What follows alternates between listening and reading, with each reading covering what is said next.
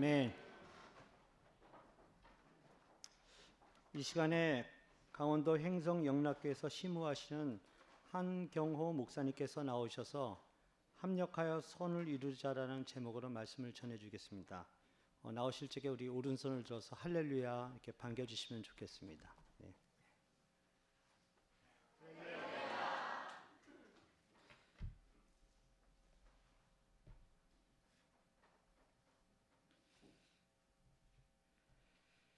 하나님을 사랑하는 자 곧 그의 뜻대로 부르심을 입은 자들에게는 모든 것이 합력하여 선을 이루느니라.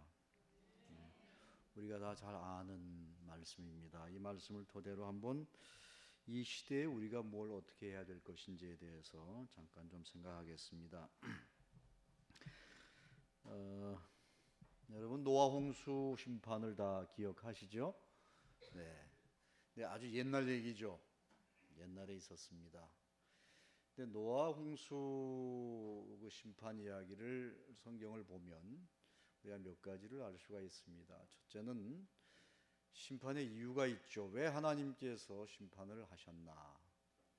죄악이 관영했다. 그렇게 얘기하고 있습니다. 죄악이 매우 사람들이 모든 하는 일이 다 죄악의 행위들이었다. 그럽니다. 죄를 계속 짓고 살았다는 것은 하나님께 불순종했다. 하나님과의 관계가 깨졌다. 이제 그런 말이 되겠죠. 그 다음에 또 계속 읽어보면 사람들이 매우 포악했다. 그렇게 되어 있습니다. 포악했다. 예.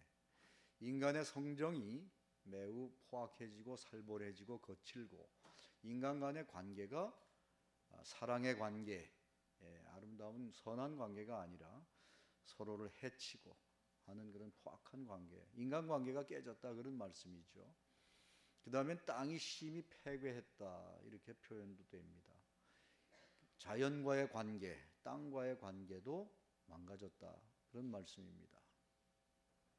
인간은 세 차원의 관계를 맺고 살아갑니다. 하나님과의 관계, 인간과의 관계, 자연과의 관계, 세 차원의 관계를 맺고 살아가고 있는데 그 세 차원의 관계가 다 깨지면 그 사회는 심판을 받고 망하게 되어 있습니다.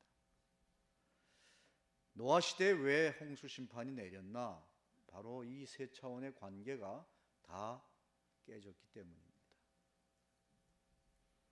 여러분 오늘 이 시대는 그러면 어떻습니까? 이 시대는 이 세 차원의 관계가 건강한가? 한번 생각해 보십시오.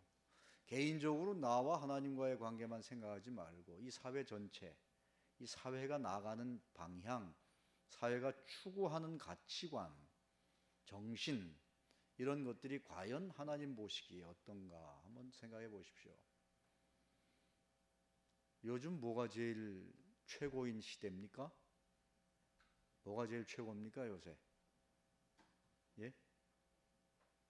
너무 믿음이 좋으셔서 거기까지는 생각이 못 미치는. 뭐가 최고입니까? 돈이죠. 돈. 네, 돈이 최고입니다. 돈 없으면 뭐 아무것도 아닙니다. 요즘. 네, 돈 있어야 됩니다.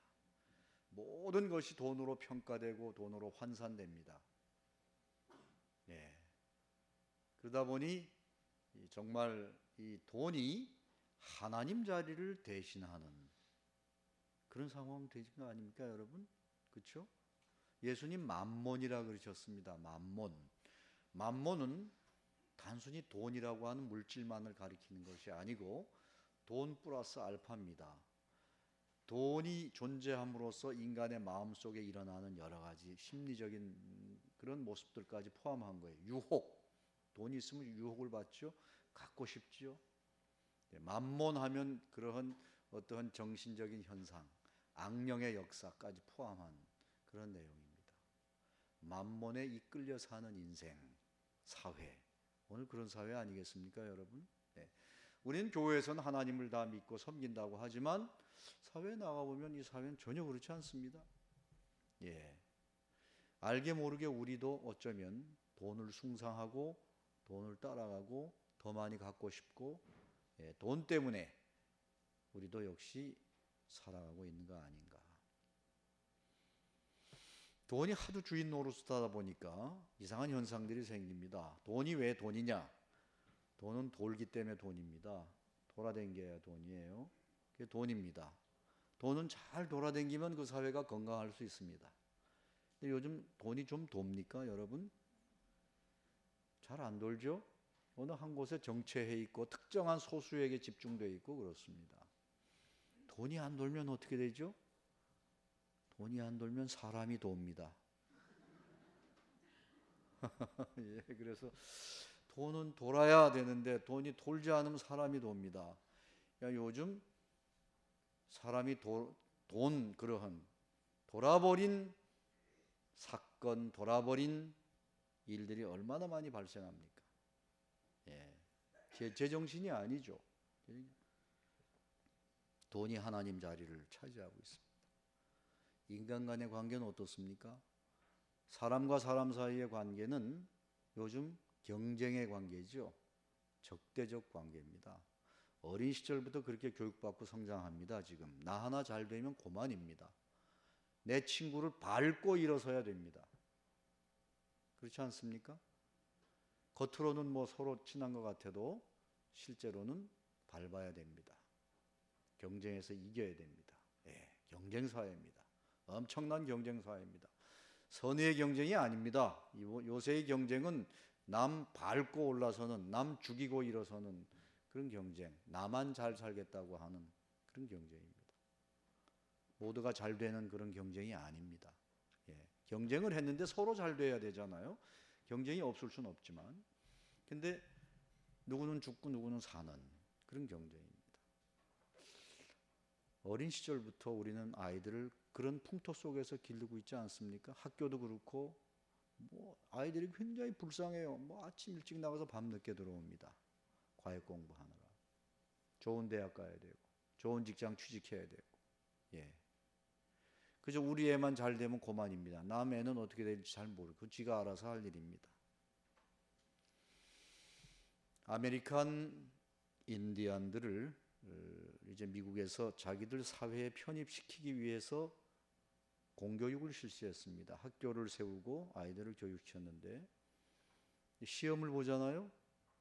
예, 한 학기 지나면 시험 봅니다. 선생님이 주의를 줬습니다. 얘들아, 너희들 시험 볼 때 절대로 남의 걸 보면 안 된다. 커닝하면 안 돼. 자기 힘으로 치는 거야. 신신당부했습니다. 한 10분, 15분 지나가다 보니까 애들이 일어나가지고 어느 한 아이를 중심으로 다 모이는 거예요. 그러더니 뭐 막 떠들고 뭐 나이 났어요. 이러니까 선생님이 화가 났습니다. 얘들아, 내가 뭐라 그랬니? 혼자 자기 실력으로 치는 거라 그랬지. 왜 그러는 거야 도대체? 반장이 일어나서 대답했습니다. 선생님, 우리는 어려서부터 교육받을 때 인생을 살다가 어려운 일에 봉착하면 친구들과 더불어 같이 의논하고 같이 협동해서 그 문제를 해결하도록 우리는 교육받았습니다. 여러분 지금 웃으셨죠? 우리 현실이 그렇지 않다는 얘기죠. 네. 어떤 게 진짜 교육일까요? 참된 교육일까요? 모두가 잘 되도록 서로 노력하는 공동체적인 교육. 이게 진짜 교육 아니겠습니까? 남이 어떻게 되건 나 잘 살면 된다. 물론 장점이 있겠죠. 우리나라가 해방 이후에 미국식 교육 제도를 받아들였기 때문에 그렇습니다. 개인주의적인 교육입니다. 그것이 갖고 오는 장점도 있지만 또한 교육의 근본 목적인 그러한 참된 인간다운 사회를 건설해가고 공동체적으로 함께 더불어 건강하게 살아가는 사회를 건설하는 데에는 미치지 못하는 가치관을 갖고 있습니다. 오늘 우리 사회가 그렇죠. 다 잘 되는 그런 교육보다는 나만 잘 되면 되는 교육 실시하고 있습니다. 그러니 인간 간의 관계가 깨질 수밖에 없잖아요. 서로 사랑의 관계가 맺어져야 되는데, 서로 위해줘야 되는데, 서로 배려해야 되는데, 너야 어떻게 됐건 난 모르겠다. 나보다 더 많이 가지려고 하고, 인간 간의 관계가 살벌하고 각박하고 인색하고 깨져 있습니다. 자연과의 관계는 어떻습니까? 지난 한 50년 동안 경제개발 성장정책 치면서 우리나라는 지금 온통 생태계가 엄청나게 파괴되고 수많은 생명들이 죽어갔습니다. 여러분, 오늘날 우리가 굉장히 물질적으로 눈에 보이는 생활은 굉장히 나아졌지만 눈에 안 보이는 영적인 생활, 정신적인 삶 건강합니까? 어쩌면 우리는 굉장히 중요한 것을 잃어버리지 않았습니까? 이웃 간의 풋풋한 정들, 서로 이웃을 생각해 줬던 그런 마음들, 서로 나눠 먹던 시절의 생활들 다 없어졌습니다. 황폐화되고 비인간적이 되고, 수많은 생명체들이 우리 인간의 좀 더 편한 삶을 위해서 죽어갔고 지금도 죽어가고 있습니다.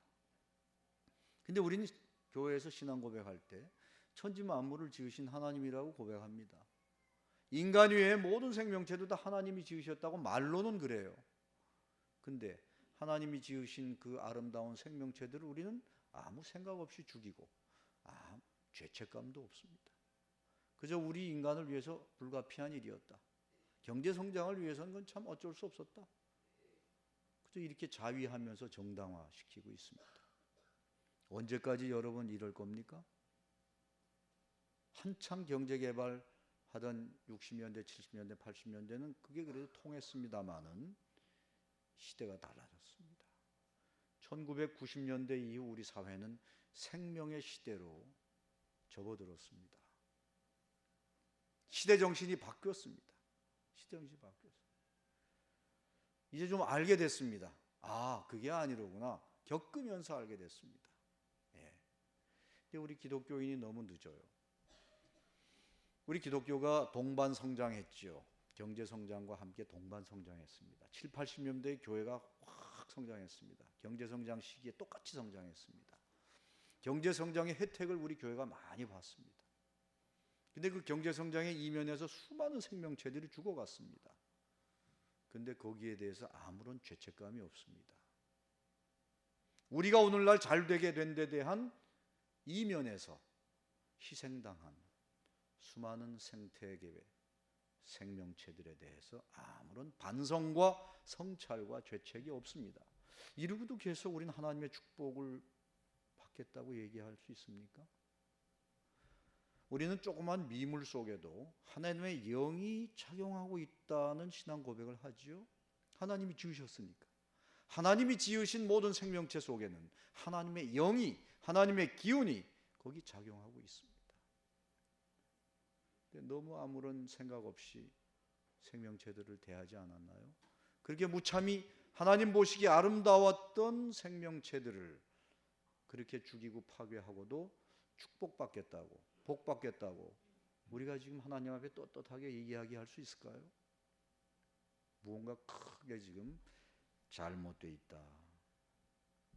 잘못되어 있다. 여러분, 지금 기후가 좀 이상하지 않아요? 그렇죠? 기상이변이 많이 일어나죠. 앞으로 30년, 20, 30년 어간에 기후 대재앙이 전 지구적으로 발생할 가능성이 높다. 이것이 전문 기상학자들의 예측입니다. 이거는 그냥 누가 한 얘기가 아니라 미 국방부가 세계 전략을 수립하는 과정에서 앞으로의 기상을 어떻게 볼 것인가에 대해서 전문 학자들을 동원해서 조사한 결과입니다. 20년이 지나면 문서가 비밀이 해제되기 때문에 우리나라 신문에도 보도가 됐습니다. 그러면 기후 대재앙이 발생하면 제일 먼저 무슨 일이 생기죠? 농사가 됩니까? 농사가 안 되죠.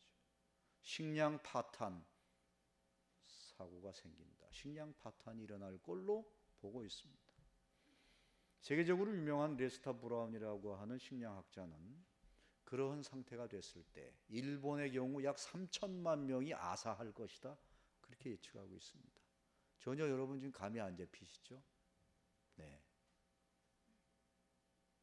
노아 홍수 시절 어땠습니까? 하나님께서 노아를 부르시고 그 가족들이 산속에 들어가서 배를 만들었습니다. 세상 사람들은 다 시집가고 장가가고 아무런 문제의식 없이 살았습니다. 앞으로 무슨 일이 닥칠지 전혀 몰랐습니다. 그러나 노아와 가족들은 산에 들어가서 준비했습니다. 세상 사람들이 볼 땐 미친 짓이죠. 미친 짓입니다. 물가도 아닌 산속에 들어가서 배를 만든 이것도 120년 동안. 요즘은 어떻습니까, 여러분? 요즘도 어쩌면 노아 시대와 같은 똑같은 전철을 반복하고 있는 것은 아닐까요? 기후 대재앙이란 바로 세 가지 차원의 관계가 파괴됐을 때에 발생하는 하나님께서 내리신 큰 심판이죠. 노아의 심판 사건은 예전에만 있었던 사건은 결코 아니다. 이러한 위기의 시대에 우리가 살고 있지요. 식량 파탄이 제일 무섭습니다. 먹을 게 당장 없으면 어떡할까요? 먹을 거 없으면 폭동이 일어나죠. 그럼 정치 지도자들은 식량을 뺏어오려고 남의 나라하고 이웃 나라하고 전쟁을 일으킵니다. 눈에 저기 식량이 있는데 가서 뺏어오려고 전쟁 일으키죠. 각 나라 간의 전쟁이 빈발할 것이고 무기의 우위를 차지하기 위해서 핵무장하는 국가가 늘어날 것이다. 그게 지금 국방부 보고입니다. 미 국방부에. 우리도 대한민국도 핵무장할 가능성이 높다. 이렇게 나와 있습니다. 그 식량 파탄을 겪을 때에 일어날 수 있는 여러 가지 사건들. 근데 우리는 지금 전혀 그런 일이 있을 수 있을까? 아무 걱정 없이 지내고 있습니다. 이러한 세계가 겪고 있는 위기 중에서 지금도 우리가 겪고 있는 게 있어요. 제일 현실적으로 실제적으로 우리가 매일매일 겪는 일인데 그건 뭐냐? 먹거리의 문제입니다. 먹거리의 문제. 우리나라 식량 자급률이 여러분 몇 퍼센트인지 아십니까? 23%입니다. 구라파 있는 유럽의 나라들은요 거의 다 100%가 넘습니다. 식량 자급률이. 우리나라하고 일본이 제일 낮아요. 근데 우리가 더 낮습니다. 일본 한 40% 되는데 그럼 우린 23%예요. 이러다가 기후재앙이 닥쳐서 식량 수입도 못하고 이제 식량 파탄이 나면 누가 수출합니까? 제 나라 백성 먹여 살리기 바쁘죠. 그러면 우리는 어떻게 될까요?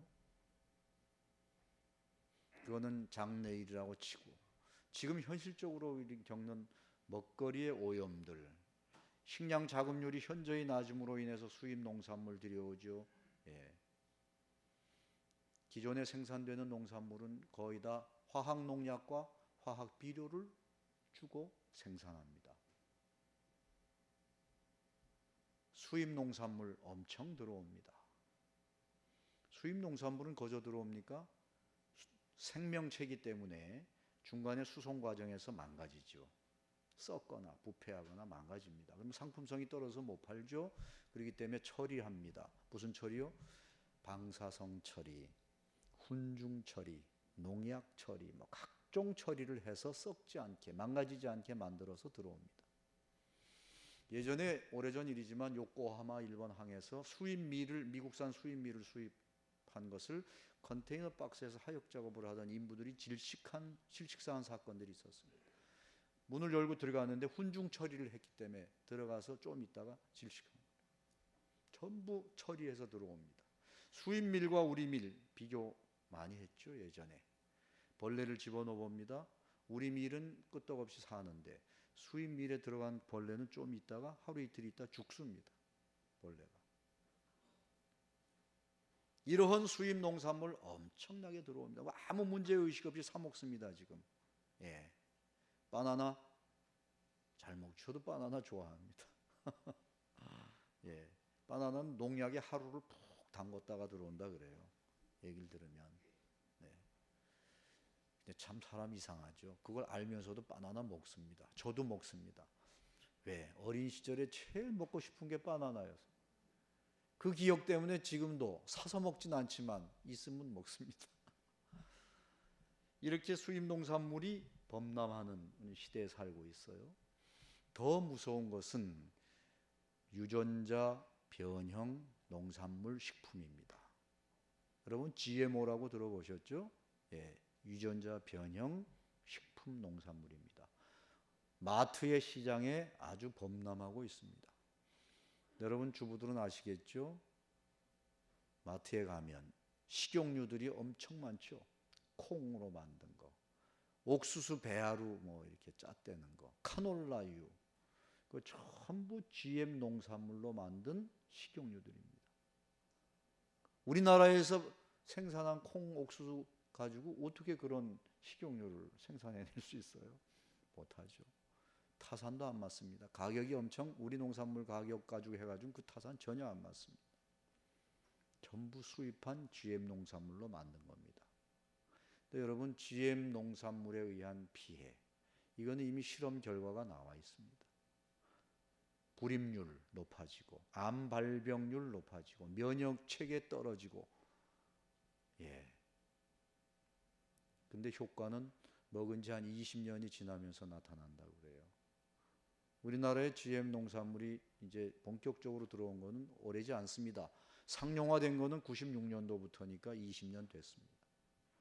미국과 캐나다가 제일 앞장서 있습니다. 남미의 국가들이 그 뒤따라가고 있습니다. 여러분 얼마 전 9월 20일 날 MBC에서 방영한 코바주의 눈물이라고 하는 것을 봤는지 모르겠어요. 그 주에서, 아르헨티나의 그 주에서 콩 생산을 엄청 대규모로 콩을 생산하는데 그 지역의 주민들에게서 이상한 현상들이 나타나기 시작했습니다. 예, CNN이나 영국 BBC나 이게 다 이미 보도한 겁니다. 예, 애가 검은 반점이 온몸에 박혀 있어요. 그리고 검은 곳에서 이상한 털이 막 몸에서 털이 솟아요. 5살짜리인데요. 거기 있어요. 그리고 기형 아들, 이상하게 태어난 아이들. 물정한 젊은 사람이 갑자기 죽는 일들. 그 주에서만 계속 발생하는 거예요. 너무 많은 사람들이 그런 일을 당하니까 조사했습니다. 아르헨티나 국립대학 교수가 분자생물학자인데 결과를 발표했는데 이유는 콩 때문이다. 이렇게 콩 때문이다. 대규모로 콩을 심고 그걸 수출합니다. 수출. 우리나라에서도 그 콩 수입해 먹습니다. 수출을 하는데 그래서 비행기로 파종하고 비행기로 약 뿌리고 문제는 제초제입니다. 유전자 조작 종자 콩이기 때문에 그 라운드업 레디라고 하는 제초제만 뿌려야 됩니다. 그 제초제를 뿌리면 콩은 괜찮고 다른 잡초는 죽습니다. 선택형 농약이죠. 근데 문제는 2, 3년이 지나면서 잡초들이 내성이 생겼습니다. 그 제초제에 대해서. 죽지 않아요. 처음엔 죽었는데. 그러니까 농약을 훨씬 더 많이 치기 시작했습니다. 10배까지 쳤습니다. 비행기로 그냥 비를 내리듯이 그냥 뿌리고 다닙니다. 농장에는 농장도 있지만 밭도 있지만 주민들도 살잖아요. 그 주민들 사는 거주지까지 그 제초제 약들이 다 뿌려지는 거죠. 그냥 비행기로 뿌리고. 그러면서 발생한 사건입니다. 한번 여러분 보십시오. 그 동영상을 보면 참 끔찍합니다. 그게 GMO 농사의 현실입니다. GM 작물. 세계의 초국적 기업체들, 제일 대표적인 게 몬산토라고 하는 기업체입니다. 이 몬산토가 우리나라에도 들어와 있습니다. 이 회사가 막대한 자본을 투자해서 유전자 조작 종자를 생산해내고 전 세계를 종자를 장악해 나가고 있습니다. 우리나라 종자 회사가 없습니다, 여러분. 종묘 회사 다 외국 회사로 다 IMF 때 다 넘어갔습니다. 종자 다 사다가 써야 됩니다. 그 유전자 조작 콩은 자가 수정을 못합니다. 계속 사다 써야 됩니다. 그 종자를 채취해서 또 뿌리고 하는 게 농사잖아요. 채취해서 뿌려봐야 싹이 안 납니다. 그렇게 조작을 한 겁니다. 계속 사다 쓰게 돼 있습니다. 우리 그러한 유전자 조작 농산물들을 수입한 거를 우리가 아무 문제의식 없이 사다가 밥상에 올리고 있습니다. 당장 어떻게 되지 않으니까요. 우리 밥상이 매우 지금 위험하다. 우리 밥상이 위험하다. 여러분 가정주부들은 이거 심각하게 생각해야 됩니다. 예. 가족의 건강을 어떻게 하면 지킬 수 있을까?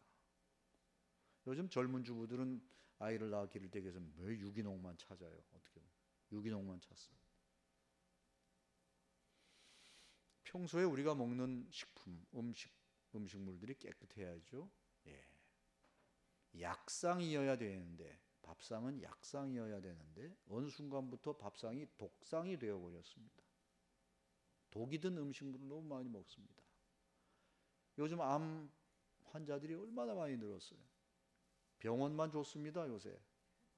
예, 얼마 전에 갔더니 연세대학교의 신촌세브란스 병원에 암병동만 크게 새로 졌더라고요. 그렇죠? 가보셨죠? 예, 암 환자만 거긴 수용하고 치료합니다. 병원은 뭐 지금 건물들을 엄청나게 짓습니다. 수명은 연장됐지만 환자는 계속 발생. 더 많이 발생. 이게 오늘 이 시대의 비극이죠.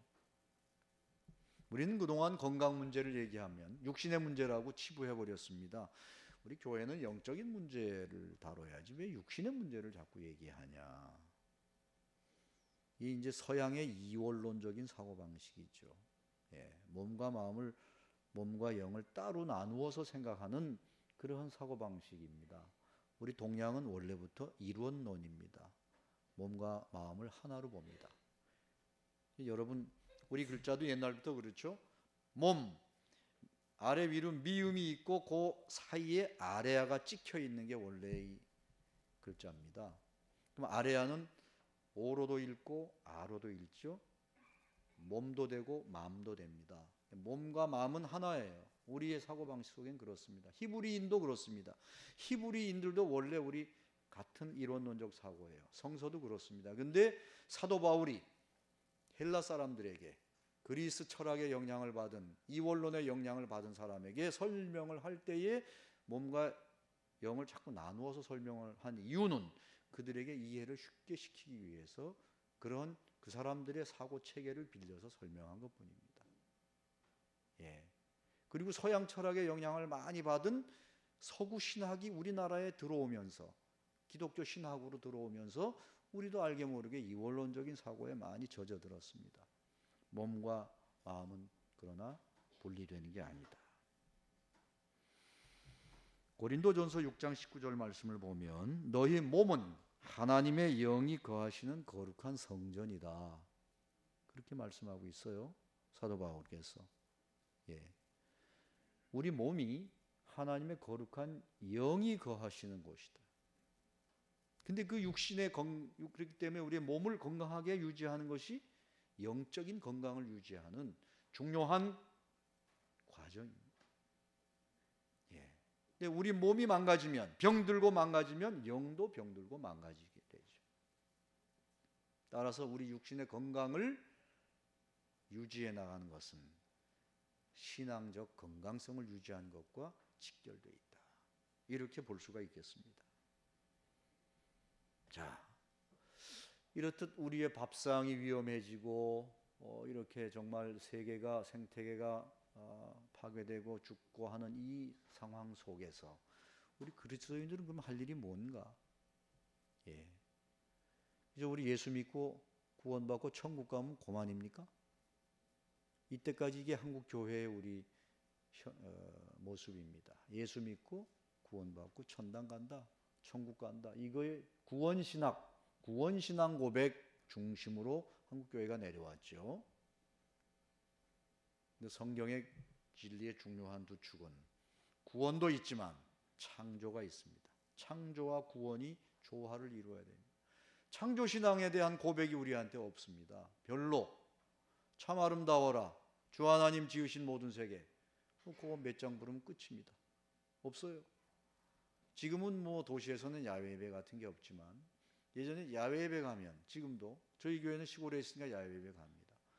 그럼 1년 내내 한 번도 창조에 대한 얘기 안 하다가 야외 예배 가서 처음으로 참 아름다워라 하면 부르고 끝입니다. 그게 창조신앙 고백이에요. 우린 뭐 기도할 때마다 천지 만물을 창조하신 창조주 하나님 얘기하지만 말뿐입니다. 관념적인 고백이죠. 예. 생활 속에서 정말 하나님께서 나를 지으시고 다른 생명체를 지으셨나? 다른 이 피조물 하나, 풀 한 포기, 곤충 한 마리, 새 한 마리를 보면서도 하나님께서 지으신 참 하나님의 영이 감돌고 있는 이 생명체, 형제애를 여러분 느낍니까? 나무 한 그루 좋은 거 보면 야, 저거 잘라다가 어디다 제목으로 쓰면 참 좋겠네. 벌써 그런 생각하지요. 자연 만물을 내 삶을 위한 수단으로밖에 생각을 안 합니다. 돈이에요, 돈. 돈으로밖에 보지 않습니다. 사람 돌게 만든 거죠. 생명을 생명으로 봐야 되는데 생명을 돈으로 보게 만드는 게 사람을 돌게 만드는 거 아닙니까? 그게 도는 거죠. 제정신이 아닌 거예요. 이런 시대에 우리가 지금 살고 있는데 그리스도인들은 뭘 해야 되나? 창조 신앙 고백이 정말 필요한 시대가 됐습니다. 균형을 잡아야 되겠습니다. 구속 신학 일변도로 맨날 구원에 대한 얘기만 해왔는데 이제는 하나님이 창조하신 이 피조 세계를 우리가 어떻게 세상을 사랑하셨던 하나님, 그 하나님 보시기에 아름다운 세상으로 이 지구 생명 공동체를 갖고 갈 건가? 좁게는 우리 대한민국을 어떻게 아름답게 삼천리반도 금수강산으로 꾸며갈 수 있을까?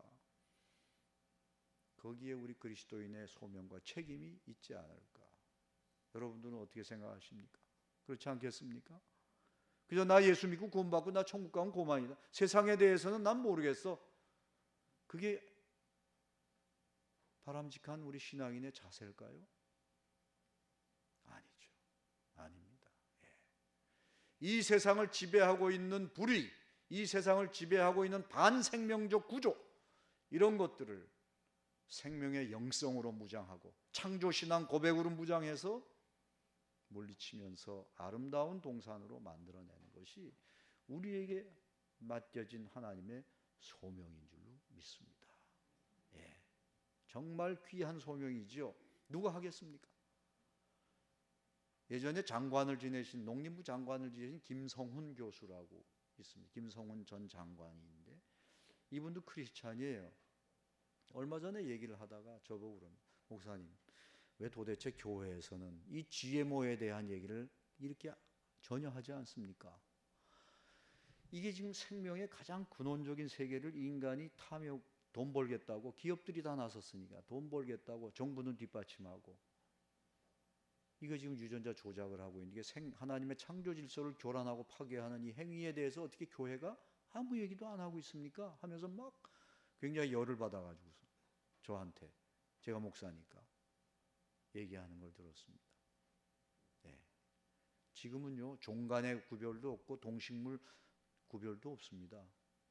바람직한 편리한 필요한 유전자 딱 집어서 내서 그냥 심으면 됩니다. 완전히 하나님의 창조 질서와는 전혀 관계없는 그런 일들이 생명 현상에서 발생하고 있다.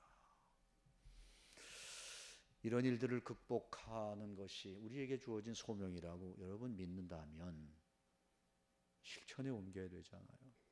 그렇죠? 실천에 옮겨야 되죠. 실천에 옮기려면 생각이 바뀌어야 됩니다. 생각이 바뀐다고 하는 것은 과거의 잘못에 대해서 우리가 먼저 참회해야 된다는 것을 의미합니다. 그동안 우리가 무생명들이 죽어간 것에 대해서 너무 무심했고 여러분 로마서 지금 우리가 읽은 본문 그 위쪽에 보면 무슨 말씀이 있습니까? 모든 피조물이 고통받고 신음소리를 내고 있다. 그리고 하나님의 아들들이 나타나기를 기다리고 있다고 말씀이 있습니다. 그렇죠? 그 말씀. 우리는 지금 이 많은 피조물들의 고통과 신음소리를 우리가 듣고 있는가? 그 듣지 못하고 있으면 하나님의 아들들로, 하나님의 자녀들로 우리가 거기 갈 수가 없지요. 아파하는, 고통받고 신음하는 소리를 들어야 우리가 거기에 갈 수 있는데 너무 무심하게 다 무감각하게 있으면 그 피조물들은 그저 고통과 신음소리에 있을 수밖에 없어요. 이제 우리는 생명의 영성, 생명에 대한 예민한 감성 필요합니다. 나무 하나 잘리는 걸 보면서도 왜 저 나무를 저렇게 자를까? 저 나무가 참 아프겠구나. 산을 막 까뭉개고 포클레인이 작업을 하는 맨살이 드러난 산을 보면서도 왜 저렇게 산을 까뭉개지? 저 수십만 년, 수천만 년 동안 내려온 저 자연 현상을 인간이 자기 목적 때문에, 욕심 때문에 그냥 망가뜨리는 모습들. 우리가 조금만 생명의 영성, 감성을 갖고 바라보면 가슴 아픈 일들이 너무 많습니다. 우리 여성들은 특별히 그걸 더 많이 느끼실 것 같아요. 생명을 낳고 기르기 때문에 생명의 영성에 대해서 여성들이 굉장히 감수성이 예민합니다. 남성들은 상대적으로 좀 둔감합니다. 둔감해요. 이러한 우리 교회가, 기독교가 생명의 종교 아니겠어요? 영혼 구원만이 아닙니다, 여러분. 지금까지 영혼 구원에만 우리가 초점을 맞췄는데 영육을 아울러 구원하는, 영과 육을 아울러 구원하는 것이 온전한 구원이다. 온전한 구원이다. 그러려면 이렇게 육신의 세계, 눈에 보이는 세계 생태계가 하나님의 창조 질서가 무참하게 깨지고 있는 현실을 바로잡아야 되지 않겠습니까? 깨어야 된다. 그동안 무심했던 거, 무감각했던 거 우리가 참회하고 반성하는 마음부터 먼저 가지고, 그러면 이제 우리 어떻게 할 건가? 그 다음에 뭉쳐야 됩니다, 여러분. 혼자서 못해요. 힘을 모아야 됩니다. 힘 모아야 돼. 합력하여 선을 이룰 수 있습니다. 합력하지 않으면 선을 이룰 수가 없다. 합자라고 하는 건 사람이 나래에 하나 일자에 입구가 있죠. 사람의 입이 하나가 된다. 입이 하나가 된다는 것은 마음이 하나가 된다는 말이죠. 마음이 하나가 되어야 큰 에너지가 생길 수 있습니다. 합자와 비슷한 말로, 합력과 비슷한 말로 협력, 협동이란 말이 있죠. 협동. 협자는 어떻습니까? 십자가 옆에 뭐가 있습니까? 힘력자가 3개가 있죠. 중요한 의미를 담고 있습니다, 여러분. 일본 사람들과 한국 사람들의 협동 방식에는 차이가 있다고 그래요. 이현영 교수의 얘기입니다. 일본 사람들은 그냥 깃발 든 사람을 쫙 같이 쫓아가는 단결의 협동이래요. 일본의 협동 형태는. 우리나라 사람들의 협동 형태는 어떠냐? 가래질과 같다. 가래질 다 아시죠? 삽자루 들고 있는 사람, 양쪽에서 삼날을 끈으로 당기는 사람, 3사람이 서로 위치가 다릅니다. 3사람이 호흡이 맞아야 돼. 호흡이 안 맞으면 일이 되지 않습니다. 누가 먼저 당기고 늦게 당기고 안 되죠? 호흡이 맞았다고 하면 아주 끝내주는 그런 협동이라는 것이죠. 그게 우리나라 사람의 협동이라고 그래요. 그게 우리나라 사람이 협동이 잘 안 된다 그러잖아요. 근데 한번 협동했다 하면 무서운 힘이 나온다는 얘기죠. 우리는 다 그리스도인들입니다. 그리스도인들의 중심은 뭐죠? 우리를 하나로 만들어준 게 있죠. 세상 사람들은 뭐 잘 모른다 해도 우리를 하나로 만들어준 게 있습니다. 뭐죠? 십자가. 십자가를 중심으로 우리는 하나가 될 수 있습니다. 십자가를 중심으로 힘을 모으면 무서운 에너지가 나올 수 있죠. 교회도 마찬가지입니다. 우리가 십자가를 중심으로 하는 은혜의 공동체인데 이러한 문제에 우리가 눈을 뜨고 만일 활동을 해가고 실천을 해간다면, 우리 교회들이 여기에 눈을 뜨고 실천을 해간다면 세상을, 이 생명이 죽어가는 오늘의 이 세상을 생명을 살리는 세상으로 바꾸어 갈 수 있는 줄로 믿는 것입니다. 보광중앙교회 우리 십자가를 중심으로 힘들을 한번 모아서 생명이 죽어가는 이 세상을 생명이 살아나는 세상으로 한번 바꾸어 가면 어떻겠습니까? 얼마 전에 그래서 우리 교단 총회에서 이런 운동을 위해서, 생명 선교 활동을 위해서 생활협동조합을 창립을 했습니다. 명칭이 온생명 소비자 생활협동조합입니다. 9월 4일 날, 한 달 딱 됐네요. 오늘이 10월 4일이니까 창립을 했습니다. 우리 교단적으로 일을 해야 되겠다 창립했습니다. 그래서 앞으로 이 일을 이제 전개해 갈 것인데, 우리 도시에 사시는 우리 도시교회 교우 여러분들께서 이 일에 대해서 좀 생각하시고 협력이 필요합니다. 여러분들이 이제 자신의 밥상을 건강하게 차리기 위해서, 또 그 다음에 건강한 이 세상, 생명을 살리는 세상을 만들기 위해서는 예수 믿는 우리들이 먼저 나서야 되지 않겠어요? 근데 뭉쳐야 된다 그랬죠? 협동조합이 바로 뭉치는 틀입니다. 뭉치는 기구입니다. 뭉쳐서 함께 뜻을 모아서 밥상을 살리고 생명을 살리고 농업을 살리고 농촌 교회를 살리고 나라를 살리는 이러한 일에 앞장서야 되지 않겠습니까? 저는 보광중앙교회는 아마 그런 역할을 충분히 할 수 있는 그런 역사와 전통이 있는 교회로 저는 알고 있습니다. 오늘 남선교회 헌신예배인데요. 우리 남선교회가 한번 앞장서셔도 좋겠습니다. 여전도회가 또 앞장서셔도 전 좋다고 생각합니다. 한번 앞장서서 이 생명이 죽어가는 이 시대를 우리가 정말 고통과 신음소리를, 피조물들의 고통과 신음소리를 우리 예민한 감성으로 들으면서 저 고통과 신음소리를 우리가 어떻게 하나님의 자녀로, 그리스도의 자녀로 나타나서 고대하는 저들의 바람을 이루어 줄 수 있을까? 생활 속에서 실천해 가면서 다 생명 살림의 역군에 대해서 살아가는 우리 보광중앙교회와 또 여러 교우 여러분들이 되시기를 주님의 이름으로 간절히 축원합니다. 기도하겠습니다. 고마우신 하나님, 부족한 저희들을 하나님의 자녀로, 구원받은 자녀로 선택해 주신 것을 감사합니다. 생명의 하나님, 천지 만물을 지으신 창조주 하나님, 우리 인간의 욕심 때문에 이 세계가, 이 자연 생태계가 파괴되고 오염되고 죽어가고 있는 현실을 목도하고 있습니다. 이제 자칫하면 우리 인간 또한 그 큰 피해를 당할 수밖에 없는 그런 위기의 상황 속에 놓여 있습니다. 먼저 믿는 우리들이 생명의 신앙을 가지고, 생명의 영성을 가지고 이 죽어가는 오늘의 세상을 살려내는 그러한 귀한 사역을 감당할 수 있도록 주께서 함께하여 주시옵소서. 특별히 보광중앙교회를 들어서 사용해 주시기를 원합니다. 생명의 제단이 되게 하시고 생명을 살리는 그러한 제단이 될 수 있도록 축복하여 주시옵소서. 예수님의 이름으로 기도드리옵나이다. 아멘.